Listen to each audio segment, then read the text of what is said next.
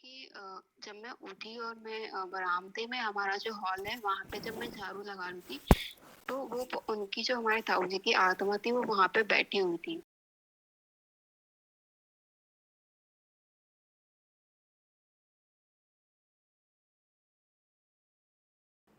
Hello my YouTube family. तो आज मैं फिर से हाज़िर हूँ आपके लिए लेकर के एक बहुत इंटरेस्टिंग स्टोरी। और मैं बहुत थैंकफुल हूँ उन लोगों की जो मुझे कहानियाँ भेजते हैं। मेरे सब्सक्राइबर्स हैं कुछ, और कुछ जो मुझे मेरी कहानियों को पसंद करते हैं। वो अपने रिलेटिव से, फ्रेंड्स से, अपने किसी भी जानने वाले से लेकर के कहानियाँ मुझे भेजते हैं। तो क्योंकि आप लोगों की कहानियों के बिना, आप लोग नहीं भेजेंगे तो मैं कहाँ से आपको स्टोरीज सुनाऊंगी। तो सबकी हेल्प के साथ मैं आपको ये सब एंटरटेनमेंट दे पाती हूँ, और कुछ हम सीखते भी हैं इन कहानियों के साथ साथ। कुछ एजुकेशनल भी होता है। तो इस बार की कहानी मुझे भेजी है पूजा ने। I am very thankful to Puja. Kashipur से उन्होंने मुझे कहानी भेजी है, और इस कहानी के जो वीडियो ख़त्म होगा उसके एंड में मैं उनके कुछ ऑडियो नोट्स पे आपको सुनाने के लिए उसके साथ क्लिपिंग्स लगा दूंगी, ताकि होता है ना स्टोरी की एक ऑथेंटिफिकेशन हो जाता है कि रियल स्टोरी है, मैं कुछ कुक नहीं कर रही हूँ, कुछ बना के नहीं दे रही हूँ आपको। तो इसलिए मैं लास्ट में वो दे दूंगी आपको ऑडियो जो मुझे पूजा ने भेजी है। तो पूजा कहती हैं कि कुछ साल पहले की बात है ये, और टाइम था दिवाली का टाइम। तो कहते हैं कि दिवाली के टाइम पर जैसे पूजा मुझे लिखती हैं, वो उनकी फैमिली जो है ना बहुत स्पिरिचुअल फैमिली है। उसकी दादी भी काफ़ी अच्छी स्टेज में है स्पिरिचुअलिटी में, और उसके वे चाचा जो हैं एक, वो बालाजी के भक्त हैं सालासर में। तो वहाँ पर जो है उसके चाचा जी बालाजी के बहुत बड़े भक्त हैं, और वो दरबार लगाते हैं। तो पूजा मुझे जो लिख के भेज रही हैं, जो ऑडियो नोट पूजा ने मुझे भेजा है, तो पूजा कहती हैं कि मैम, दिवाली के टाइम की बात है, कुछ साल पहले की बात है। दो एग्जैक्टली डेट एंड टाइम उन्होंने मुझे नहीं बताया, ईयर नहीं बताया, कि दिवाली के टाइम की बात है कि उसके कुछ दिन पहले ना मुझे फीवर सा आने लग गया था। तो फैमिली ने भी ये सोचा कि सीजनल है और मौसम बदल रहा है, ये सब करके। और कुछ फैमिली के बारे में बताती हैं कि मेरी दादी जी बहुत स्पिरिचुअल हैं, उनको बड़ी इंट्यूशंस होती हैं। वो जैसे कमरे का वातावरण, घर का एटमॉस्फेयर देख के उनको पता चल जाता है कि कुछ नेगेटिविटी आ रही है। और उनके चाचा जी जो हैं, वो बालाजी के बहुत बड़े भक्त हैं। उनका दरबार वगैरह भी लगता है बालाजी में, जहाँ भूत प्रेतों का इलाज है, सब होता है लोगों का। तो वहाँ उनका दरबार लगता है, और वो हवन वगैरह वो सब दिवाली के टाइम पे स्पेशली वो वहाँ पे रहते हैं। तो पूजा कहती हैं कि सॉरी, मेरा कुछ गला भी खराब हो रहा है आजकल, यहाँ पे देहरादून में मौसम बदल रहा है। तो कहती हैं कि मुझे फीवर काफ़ी दिनों से हो रहा था, और सब घर वालों को ये लग रहा था कि मौसम बदल रहा है, कोई सीरियसली नहीं ले रहा था, बस ऐसे रेस्ट कर ले, चल पैरासिटामोल ले ले, कुछ दवाई खा ले, ये सब हो रहा था।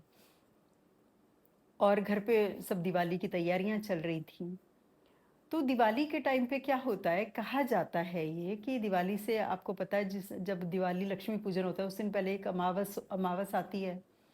तो कह रही अमावस थी, और अमावस के टाइम पे ये माना जाता है कि जितने भी भूत प्रेत ये सब हैं, रजनीचर जो है, विचरण करने वाले रात को, जो पैरानॉर्मल एक्टिविटीज़ हैं बहुत ज़्यादा एक्टिवेट हो जाती है। यानी कि उन प्रेतों को भी शायद कुछ उनकी फ्री विल पे छोड़ दिया जाता है कि वो विचरण कर सकते हैं, कहीं भी जाके घूम सकते हैं, या किसी से भी कम्युनिकेट कर सकते हैं। मतलब वो उनको आज़ादी होती है अमावस के दिन। तभी कहा भी जाता है कि अमावस में रात को बाल खोल के मत जाओ, बाहर मत जाओ। लड़कियों को भी मना किया जाता है, कुछ खास दिनों में बाहर ना जाएं, अमावस में स्पेशली। तो ये कहती हैं कि ऐसे ही घर पे काम वाम चल रहा था, और मेरे को फीवर हो रहा था, और मैं लेटी हुई थी, और बढ़ता जा रहा था, बुखार बढ़ता जा रहा था, बढ़ता जा रहा था। तो कह रही हैं दादी मेरे रूम में आई, तो दादी ने देखा कि इसकी हालत कुछ ठीक नहीं लग रही है, और वो उनको कुछ सिम्टम्स लगे। पता नहीं उन्हें क्या लगा, उन्होंने कुछ नहीं बताया। पर उन्होंने मेरी बुआ को फ़ोन किया और कहा कि भाई को फ़ोन कर कि पूजा की तबीयत ठीक नहीं है और वो घर आ जाए। तो मेरी बुआ जी ने मेरे चाचा जी को फ़ोन कर दिया कि भाई पूजा की तबीयत ठीक नहीं है, और भाई तू घर आ जा, कुछ घर में ठीक नहीं लग रहा है माँ को। तो माँ बोल रही है कि तू आ जा। तो चाचा जी ने कहा अच्छा ठीक है, मैं आता हूँ, आज मेरा हवन है, यहाँ पर रहना ज़रूरी है, और मेरे थ्रू ही सब कुछ होता है काम, तो मैं आता हूँ। ये कह के उन्होंने फ़ोन रख दिया। और कहती हैं कि हो सकता है चाचा जी ने वहीं से ही, जहाँ बालाजी में वो पूजा-वूजा कर रहे थे, वहीं से ही घर का देख लिया होगा, कुछ चीज़ें समझ ली होंगी, कुछ प्रोटेक्शन के लिए कोई चीज़ बालाजी की कोई शक्ति छोड़ी होगी, जो कुछ भी उन्होंने किया होगा, पर चाचा जी आए नहीं घर।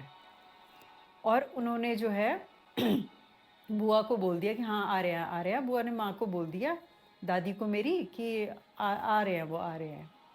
पर चाचा जी आए नहीं, पहुँचे नहीं, और मेरी हालत हो गई बहुत ज़्यादा खराब। फ़ीवर मेरा बहुत ज़्यादा बढ़ गया, बेहोशी की सी हालत होने लग गई, डॉक्टर्स को दिखाया, दवाइयाँ चल रही थी, लेकिन कुछ नहीं हो रहा था। तो जब दादी ने देखा कि ये तो कुछ मुझे अलग ही मामला लग रहा है, क्योंकि उसकी जेस्चर्स और बॉडी लैंग्वेज, उसकी आँखें कुछ अलग तरह की दादी को नज़र आ रही थी, और क्योंकि दादी भी थोड़ी जानकार थीं, तो उनको कुछ-कुछ समझ में आने लगा था कि कुछ गलत हो रहा है। तो फिर दादी ने दोबारा से उनको फ़ोन कराया, चाचा को, कि तू फ़ौरन घर आ जा, पूजा की तबीयत बिल्कुल ठीक नहीं है, घर में बिल्कुल भी कुछ ठीक नहीं चल रहा है, और तू ख़त्म करके जल्दी से सारा कार्य संपन्न करके जल्दी आ। तो कह रहे सुबह के टाइम चाचा जी फिर जैसे-तैसे करके, कैसे मैनेज कर कर के वो आ गए होंगे घर पे। तो चाचा जी घर पे आए, और उन्होंने मुझे देखा, उन्होंने घर को देखा, पर उन्होंने कुछ नहीं बोला।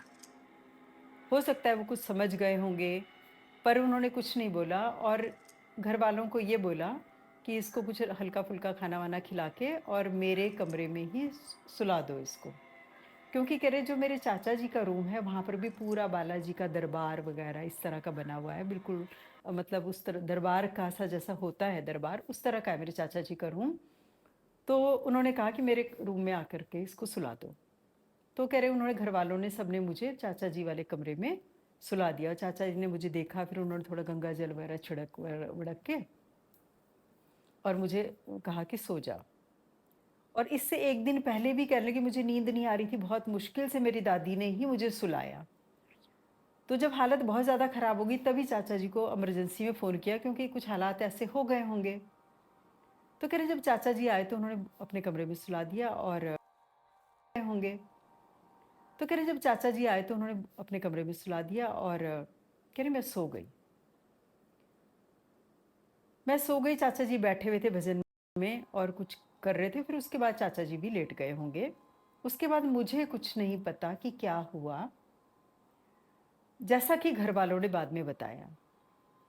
ये पूजा उठ करके रात को खुद दरवाज़ा खोल के बाहर आंगन में गेट के पास चली गई, और वहाँ पर गिर गई, ये बेहोश हो गई। अब चाचा जी की नींद अचानक से खुली, उनको क्या फ़ील हुआ, क्या समझ में आया, ये नहीं पता। वो अचानक उठे, उन्होंने देखा पूजा कहाँ है? तो कह रही मैं रूम में थी ही नहीं।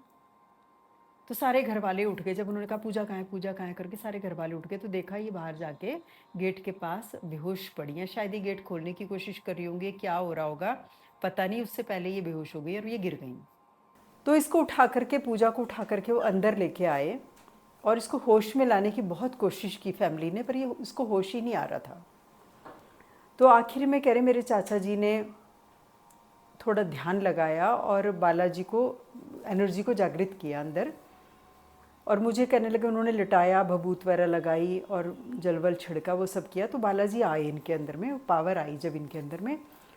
तो इन्होंने क्या देखा कि एक आत्मा जो है घर पे घूम रही है, एक आत्मा घर पे घूम रही है, और वो आत्मा थी इनके ताऊ जी की, जिनकी कुछ टाइम पहले डेथ हुई थी। और वो आत्मा घर में घूम रही थी, तो उन्होंने देखा होगा ना कि किस तरह से आई एनर्जी, कहाँ से आई, ये सब चीज़ें। तो देखा एनर्जी कहीं से आई है, और वो इसकी बॉडी में चली गई है, लड़की की, पूजा की बॉडी में, और इसकी वजह से लड़की बेहोश हो गई है। तो फिर उन्होंने जब बालाजी का आह्वान किया और उस पावर से कम्युनिकेट करने की कोशिश की, तो वो कम्युनिकेट कर नहीं पा रहे थे उससे, उससे पूरी तरह से, उस पावर से, ये चाह क्या रही है। तो खैर उन्होंने भभूत लगाई इस पे, वो सब कुछ किया, कुछ उस लड़की के ऊपर कुछ क्रिया सी उन्होंने की उस टाइम, और पूरी फैमिली वालों को बोल दिया कि सब लोग इस कमरे में आ जाओ, क्योंकि उनको डर था कि किसी और को कैप्चर ना कर ले या कोई और नुकसान ना हो जाए। तो सारी फैमिली वाले जाग चुके थे, मेरे एक दूसरे छोटे चाचा थे वो, मेरी बुआ भी आ गई थी, मेरी मम्मी, सब लोग, हम लोग, दादी वगैरह सब लोग एक ही कमरे में आ गए। तो कहते हैं कि उसके बाद मुझे जब होश में आने लगा, तो जैसे ही कह रही मुझे होश में आया, वो सब चाचा जी ने जो कर रहे थे वो क्रिया, उसके बाद क्या हुआ, मेरे पीछे खड़े थे कह रही मेरे छोटे वाले चाचा जी, वो अचानक से ऐसे गिर गए पीछे, और कह रही उनके हाथ पैर बिल्कुल टेढ़े हो गए और मेरे को होश में आ गया। यानी कि उस आत्मा ने मुझे छोड़ के मेरे छोटे वाले चाचा जी को कैप्चर कर लिया। फिर अगेन वही प्रोसीजर छोटे वाले चाचा पे करने लगे हैं वो दूसरे बड़े वाले चाचा, वो बबूत लगाना, गंगा जल छिड़कना, ये सब करना। तो कहने लगी मेरी दादी के दिमाग में पता नहीं क्या आया कि कहीं अब इसको छोड़ के ये हम तीनों में से किसी पर ना आ जाए, बुआ पर या मम्मी पर या मुझ पर। तो कहने लगे हमारे पूजा की जगह पे ना एक दराती रखी रहती थी, मतलब उस सिद्ध थी वो दराती, जैसे पूजते हैं किसी चीज़ को, जैसे मंदिर में त्रिशूल रखते हैं, गदा रखते हैं हनुमान जी की, ऐसी दराती थी कि हमारे यहाँ भगवती की होती है दराती, कह रही वो रखी थी, वो पूजा में रखी जाती थी हमारी दराती। मेरी दादी ने ना तुरंत वो दराती लेकर के पीछे मेरी बुआ को और मेरी मम्मी को अपने पीछे किया और दराती लेके ऐसे खड़ी हो गई बुआ दादी हमारी। और वहाँ मेरे बड़े वाले चाचा जी छोटे वाले चाचा जी को होश में लाने की कोशिश कर रहे, और कहने लगे इतने लोग थे हमारे घर पे, वो उनको कोई भी नहीं उठा पा रहा था, वो इतने भारी हो गए थे उस टाइम। फिर मेरे चाचा ने ही उनको उठाने की कोशिश की, बिठाया उनको जैसे तैसे करके, गंगा जल छिड़का, उन पर बबूत लगाई। तो कह रहे उनके हाथ पैर वैसे टेढ़े ही थे, तो जैसे ही उनको छोड़ा उस आत्मा ने, कह रही वो हमको सबको नज़र आने लगी घर पे, लेकिन कम्युनिकेट नहीं कर पा रहे थे उसके साथ में। सबको दिख रही थी हमारे घर पे, मेरी दादी को, मेरे चाचा को, सबको दिख रही थी हमारे। तो फिर मेरे चाचा ने बोला कि ऐसा करें अब, कह रही पूरी रात हम लोग यही सब होता रहा हमारे घर में। कह रही वो रात भी भाई इतनी लंबी लग रही थी, ये सब करते करते परेशान। सोचो किसी के घर में ऐसा हो तो क्या हालत हो जाए घर की, आप कुछ नहीं कर सकते, ना कोई डॉक्टरी इलाज, कितना हेल्पलेस हो जाता है इंसान। तो कहते हैं फिर मेरे चाचा ने कहा कि हवन करना पड़ेगा। फिर कह रहे हैं उन्होंने जागृत की अपनी शक्तियाँ और फिर हवन की तैयारी की, सब कुछ करा, फिर हवन किया। तो कह रहे जब हवन किया तो हवन में जो होती हैं वो पावर देख पाते हैं, कम्युनिकेट कर पाते हैं। तो कह रहे जब उन्होंने, मेरे चाचा जी ने उस ताऊ जी की आत्मा से कम्युनिकेट किया, पूछा कि भाई तुम यहाँ क्यों आए हो, क्या किस लिए आए हो यहाँ पर, तब कह रही उन्होंने बताया सारी बात। और कह रही हैं कि ये देखिए कि जो हमारे ताऊ जी का घर है ना, वो हमारे घर के बगल वाला ही घर है, मतलब एक ही दीवार है दोनों फैमिलीज़ की, लेकिन हमारे उनके साथ रिलेशन बहुत अच्छे नहीं है, मतलब बातचीत नहीं होती ज़्यादा। परिवार में कुछ होगा, हर एक के परिवार में कई समस्याएं होती, ज़मीन को लेके, किसी चीज़ को लेके। तो कह रही उनके घर नहीं गए, वो हमारे घर आ गए। तो ये कहते हैं कि मेरे चाचा जी ने फिर उनसे बातचीत की, जब पूछा कि भाई आप यहाँ क्यों आए हो, कह रही तब उन्होंने बताया जो बात, तो उसको सुन के हमारे सबके होश उड़ गए, क्योंकि हम तो उनकी डेथ को एक नॉर्मल डेथ मान रहे थे, पर उन्होंने बताया कि मेरी डेथ नॉर्मल डेथ नहीं थी, मुझे मारा गया है। तो कहते हैं उन्होंने कहा कि किसने मारा, क्यों मारा, कौन है वो। तब उन्होंने बताया कि मुझे मेरे छोटे भाई के बेटे ने ही मारा, ज़मीन के लिए, शायद कोई इंजेक्शन वगैरह दे के, कुछ जहर का इंजेक्शन हो सकता है, वो मेडिकल प्रोफेशन में हो या कुछ इस तरह से हो, उतनी डिटेल तो नहीं पता। और हाँ मैं बताना भूल गई, ये कहानी घटना है 10 साल पहले की, जो मैंने ध्यान से उनका, उन्होंने कुछ चीज़ें ऑडियो में भेजी थी, कुछ चीज़ें रिटर्न में भेजी थी, तो उन्होंने लिखा 10 साल पहले की घटना है ये। तो कहते हैं कि जब उसके साथ कम्युनिकेट किया तो उसने बात बताई कि मुझे मारा गया है इंजेक्शन दे के छोटे भाई के बेटे ने। फिर मुझे थोड़ा कन्फ्यूजन हुआ कहानी को लेकर के, तब पूजा ने बताया कि मेरे दादाजी के 4 भाई हैं, 3 या 4 भाई हैं, उनमें से एक ब्रदर था जिसके बेटे ने उनको मारा था पैसे के लिए, प्रॉपर्टी के लिए, ज़मीन का कोई झगड़ा था। तो खैर ये बात हुई। उसके बाद हवन में जब ये सब चीज़ें निकल कर के आई, फिर उन्होंने, चाचा जी ने उनकी आत्मा को शांत किया कि ठीक है हम कुछ करेंगे इलाज, पर ये बताओ तुम अपने घर क्यों नहीं गए, हमारे यहाँ क्यों आए हो। तो उन्होंने कहा कि क्योंकि मुझे यहीं से हेल्प की उम्मीद है, कि मेरी मुक्ति नहीं हुई, तुम लोग मुझे मुक्त करो। तो वो रात हमारी कैसे कैसे करके कटी, वो सब उसके बाद फिर थोड़ी शांत हुए तो फिर ये सोए होंगे। तो उसके बाद की बात फिर आगे वो मुझे बताते। और उससे पूछा आत्मा से कि भाई तुम अपने घर क्यों नहीं जा रहे हो, अपने घर क्यों नहीं गए। तब उन्होंने जब पूरा कारण बताया, उन्होंने कहा कि जो भाई का लड़का है जिसने मर्डर किया था, उसने बाद में सीख लिया था कि आत्माओं को कैसे कंट्रोल में किया जाता है। मतलब उसने तंत्र विद्या भी सीखी बाद में, क्योंकि हो सकता है उनके घर में इस तरह की कोई घटना हुई हो या कुछ फील हुआ हो उनको, या उनके साथ भी ऐसा हुआ हो पर उन्होंने किसी को बताया ना हो। तो उन्होंने कहा कि मैं वहाँ नहीं जा सकता क्योंकि वो सीख चुका है आत्माओं को कैद करना, तो वो मुझे कैप्चर कर लेगा। मुझे यहीं से हेल्प की उम्मीद है। तब चाचा जी ने जब उनसे कम्युनिकेट किया तो कहने लगी, फिर उसके बाद पूरी रात मेरे चाचा तो बैठे रहे भजन में, ध्यान में, और बाकी मेरे को और मेरे छोटे वाले चाचा को, जिनको उन्होंने बॉडी में प्रवेश किया, कैप्चर करने की कोशिश की, हम दोनों को तो चाचा ने अपने ही रूम में सुलाया जिस कमरे में दरबार था बना हुआ। बाकी घर के सारे लोगों को धागे वागे बांध के बबूत दे के गंगा जल वाले छिड़क के बोला कि अब तुम लोग बाकी सब लोग अपने अपने रूम में जाओ। कह रही ये करते करते हमें सुबह के 4 बज गए थे। और उस आत्मा ने बोला कि हमारा टाइम 3:30 बजे तक का होता है, उसके बाद मैं चला जाऊँगा। तो कहते हैं खैर जो भी कुछ हुआ, मैं मेरे चाचा तो बड़े वाले चाचा के कमरे में ही सोए, छोटे चाचा और मैं, और मेरी मम्मी लोग, बाकी बुआ वुआ सब लोग अपने अपने रूम में चले गए। धागे वागे बांध दिए चाचा ने, प्रोटेक्शन उनको दे दिया। उसके बाद सब नॉर्मल रहा। और मेरे चाचा जो थे बड़े वाले, जो साधक थे, वो पूरी रात भर बैठे रहे। कहते हैं सुबह के टाइम मेरी मम्मी या दादी जल्दी उठ जाते हैं, उनको आदत है उठने की। तो 6 बजे के करीब या 5:30 बजे के करीब मेरी माँ की आदत है सुबह सो उठ के मुँह माँ धो के सबसे पहले वो झाड़ू उठाती हैं और आंगन में झाड़ू लगाती हैं। तो कहती है मेरी मम्मी ने झाड़ू उठाया, आंगन की तरफ गई, और जैसे ही वो झाड़ू लगाने लगी, कह रही वो क्या देखती हैं कि ताऊ जी बैठे हैं वहाँ पर आंगन में बाहर। मतलब वो घर के अंदर तो अब आ नहीं पा रहे थे क्योंकि उन्होंने कुछ कर दिया होगा, खिलाना वगैरह जो भी कुछ किया होगा जो साधक थे। तो कह रही वो आंगन में बैठे हुए थे, जबकि कह रहे थे 3:30 बजे हम चले जाते हैं, पर वो गए नहीं। कह रही वो आंगन में ही बैठे हुए थे बाहर, क्योंकि वो चाह रहे थे कि मुझे मुक्ति मिले, मेरे को कुछ प्रॉमिस मिल जाए।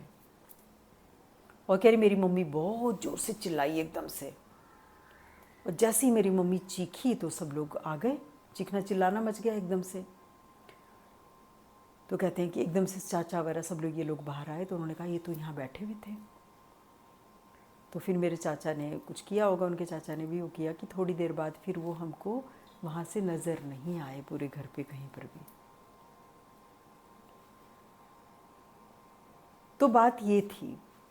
तो कहती हैं कि हमारे जो दादाजी के ब्रदर्स हैं, वो काफ़ी सारे 2-3 भाई जितने भी हैं, तो उनमें से एक भाई ने, जिसने मर्डर किया, जिसने इंजेक्शन दे के मारा, वो भी बगल वाले घर पे ही रहता है, यानी कि वो जॉइंट फैमिली है अभी भी, है ना। तो वो जो जिनकी डेथ हुई वो ताऊ जी लगे, यानी कि इसके दादाजी के भाई पूजा के। तो अब उनकी फैमिली में भी सबको कहानी नहीं पता होगी कि छोटे भाई के बेटे ने इंजेक्शन दे के मार दिया, बोल दिया होगा हार्ट अटैक हो गया, कुछ भी हो गया, प्रॉपर्टी का कुछ झगड़ा रहा होगा, और ये ताऊ जी शायद कुछ अड़ंगी लगा रहे होंगे बीच में, या प्रॉब्लम क्रिएट कर रहे होंगे, या किसी चीज़ को लेकर कन्फ्लिक्ट हो रहा होगा फैमिली में। तो कहती है ये थी हमारी कहानी, और इसकी वजह से हम लोग बहुत ज़्यादा परेशान रहे। एक रात हमने बहुत मुश्किल से काटी, और हमने देखा किस तरह से आत्माएं होती हैं और कम्युनिकेट करने की कोशिश करती हैं। कभी कभी किसी को कैप्चर करती हैं कुछ कहने के लिए, वो हेल्प मांगती हैं, वो बुरा भी नहीं चाहती होंगी किसी का, लेकिन जिससे हेल्प की उम्मीद होती है वहीं जाती हैं ये। तो कहते हैं उसके बाद फिर इन्होंने किया होगा, उनका जो भी कुछ किया होगा, वो वाली कहानी तो अभी मुझे नहीं पता, मैं उनसे बात करूँगी कि फ्यूचर में क्या हुआ था, उनका कुछ किया होगा। अब जो बालाजी के भक्त थे उनके चाचा जी, उन्होंने कुछ की होगी उनकी मदद, कि उसके बाद वो आए नहीं, उनको परेशान नहीं किया। तो उम्मीद करती हूँ कि भगवान करे वो भी मुक्त हो गए हों, उनको भी रास्ता मिला हो उस जीवात्मा को, और आप लोगों को भी इस कहानी से कुछ सीखने को मिला होगा। तो मुझे कमेंट सेक्शन में ज़रूर बताइएगा कि आपको ये कहानी कैसी लगी, आपने इससे क्या सीखा, या आप इसके बारे में क्या सोचते हैं। ये तो हम आपके ऊपर ही छोड़ते हैं, खैर हर इंसान का अपना अपना थॉट प्रोसेस होता है, अपने बिलीव्स होते हैं, लेकिन जिनके साथ ये घटनाएं होती हैं, घटती हैं, वो तो विश्वास करते ही हैं। तो कमेंट सेक्शन में ज़रूर लिखिएगा कैसी लगी आपको कहानी। Thank you so much for watching. आपके कमेंट्स का मुझे हमेशा इंतज़ार रहता है और मुझे बहुत एनकरेजमेंट मिलता है। तो जैसे जैसे मुझे कहानियाँ मिलती जाएंगी मैं आपको आपके सामने कहानियाँ लेके आती जाऊंगी। लेकिन जब अगर कहानी नहीं होगी तो मैं आपको कहानी कैसे सुना सकती हूँ, क्योंकि कुछ झूठ सुनाने का दिल नहीं करता है। कुछ अच्छा मिलेगा, कुछ रियल मिलेगा तो मैं आपको ज़रूर सुनाऊंगी। Thank you so much for watching.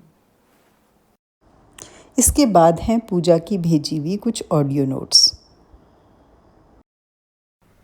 वो प्लेट और वो खेलने लगी। फिर चाचा ने देखा अपने घर में, हमारे ही घर में हमारे ताऊ जी की आत्मा थी और वो आए हुए थे और वो पूरे घर में घूम रहे थे और उन्होंने मेरे शरीर में प्रवेश कर लिया था।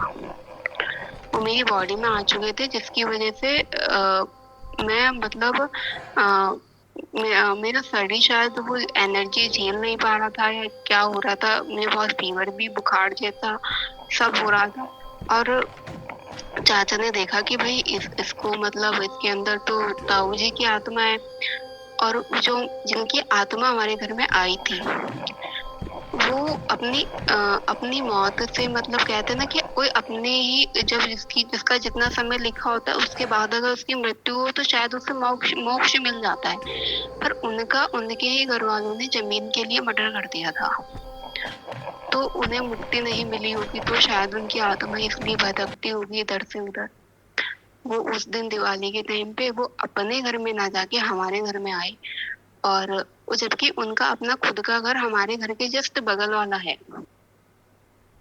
गंगा जल वगैरह का छींटा देने की कोशिश की और बालाजी महाराज की एक भभूति टाइप से होती है वो उन्होंने मुझे लगाई उससे, और घर में बाकी सब लोग भी उठ गए थे, सब लोग आ गए थे। उसी रूम में सब लोगों को बुला लिया गया। चाचा ने सबको बुला लिया था उसी रूम में कि कोई बाहर मत निकलना कमरे के, सब यहीं पे आ जाओ करके।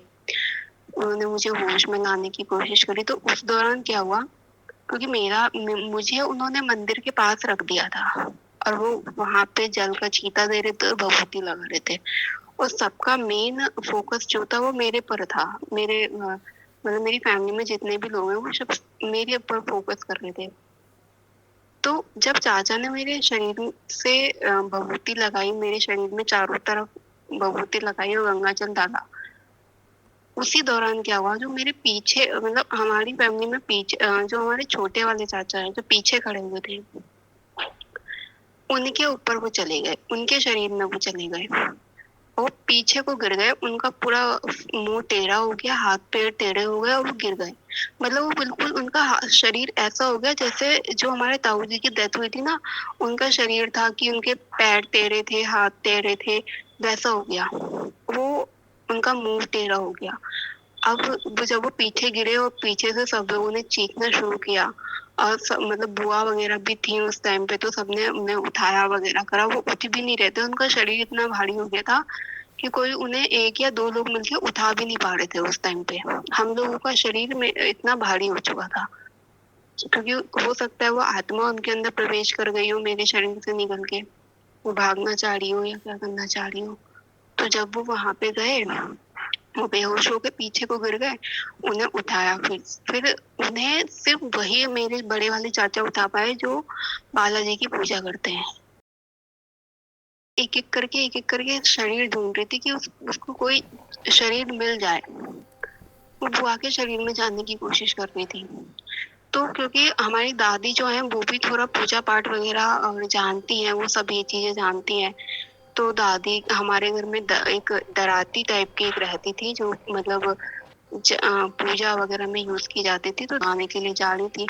तो मम्मी ने बताया कि जब मैं उठी और मैं बरामदे में हमारा जो हॉल है वहां पे जब मैं झाड़ू लगा रही थी, तो वो उनकी जो हमारे ताऊ जी की आत्मा थी वो वहां पे बैठी हुई थी।